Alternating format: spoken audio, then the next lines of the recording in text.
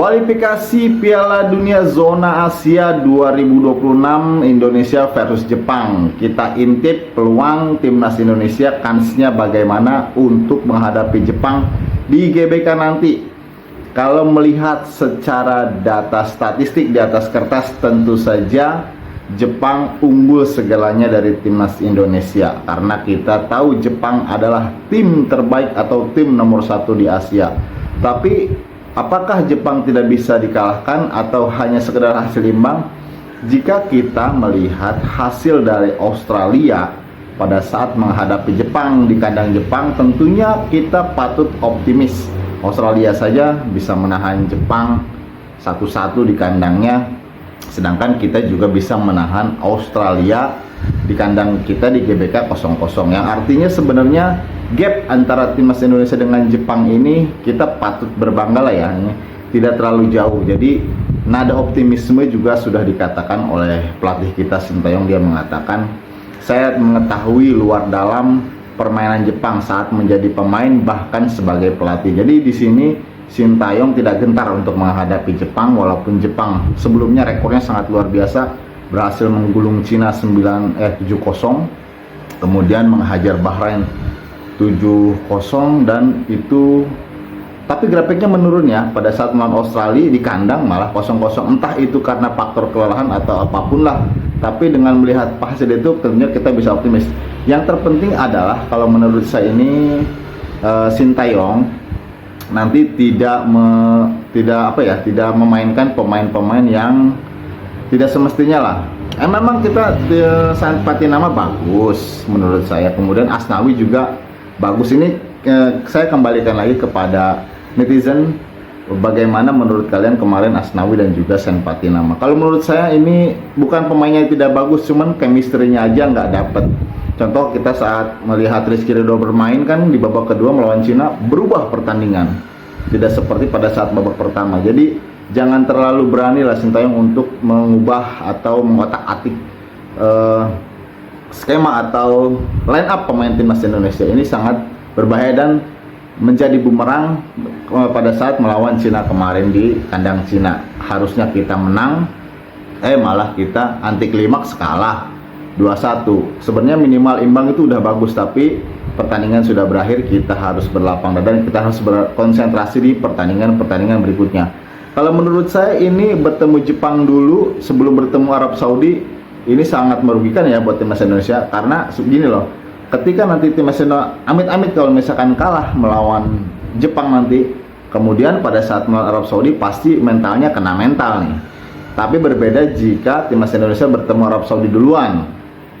Timnas Indonesia bertemu Arab Saudi duluan bisa menang, bisa meraih 3 poin, melawan Jepang nantinya pasti akan lebih superior lagi karena memiliki rasa percaya diri yang tinggi. Tapi tidak apa-apa, ini sudah ketentuan dari AFC, mungkin kita tidak bisa mengotak-atik, ini sudah menjadi jadwalnya seperti itu. Tapi kalau menurut saya lebih bagus bertemu Arab Saudi dulu sih sebenarnya ya, untuk mendongkrak motivasi timnas Indonesia. Kemudian kita melawan Jepang lagi, ini tidak akan jauh beda menurut saya pada saat melawan Indonesia melawan Australia.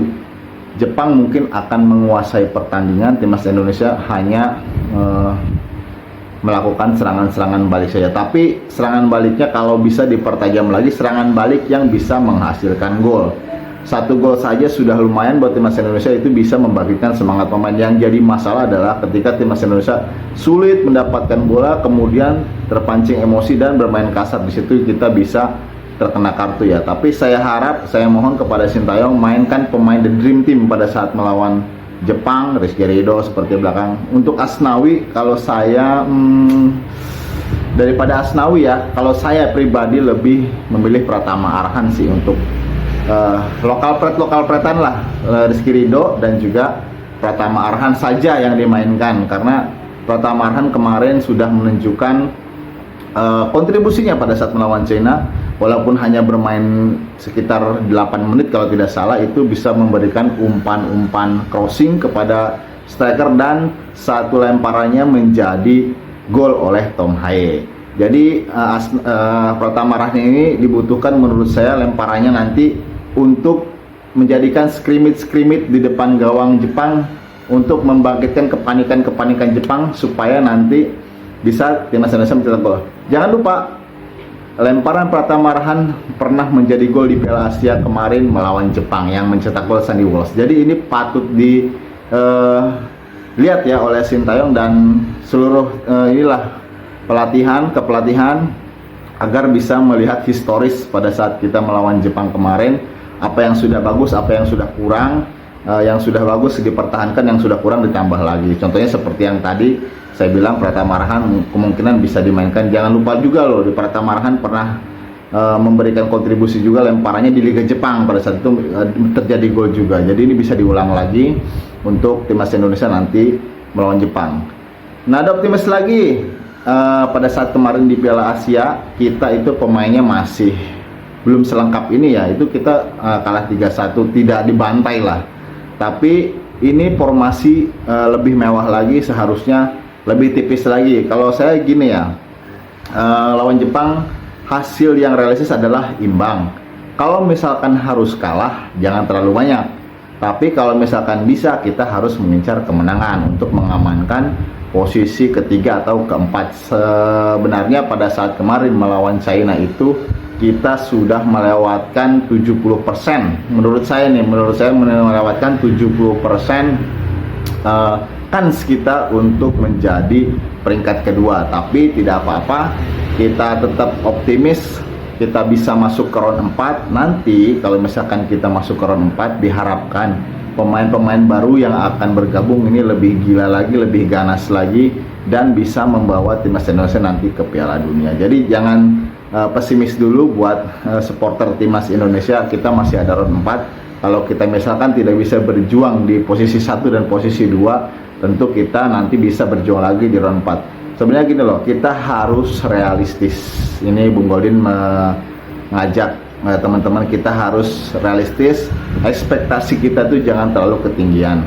Pertama, timnas Indonesia ini di kualifikasi Piala Asia Zona Asia 2026 ini adalah tim dengan peringkat yang paling rendah.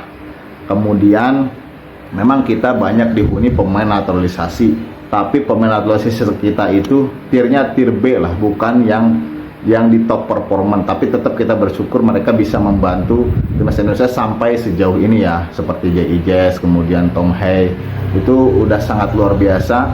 Dan semoga saja ya ini jangan terlalu menjadi beban untuk para pemain. Jadi kita ekspektasi tinggi, pemain terbebani. Jadi kita santai saja, kita lebih ke fokus ke round 4-nya saja nanti.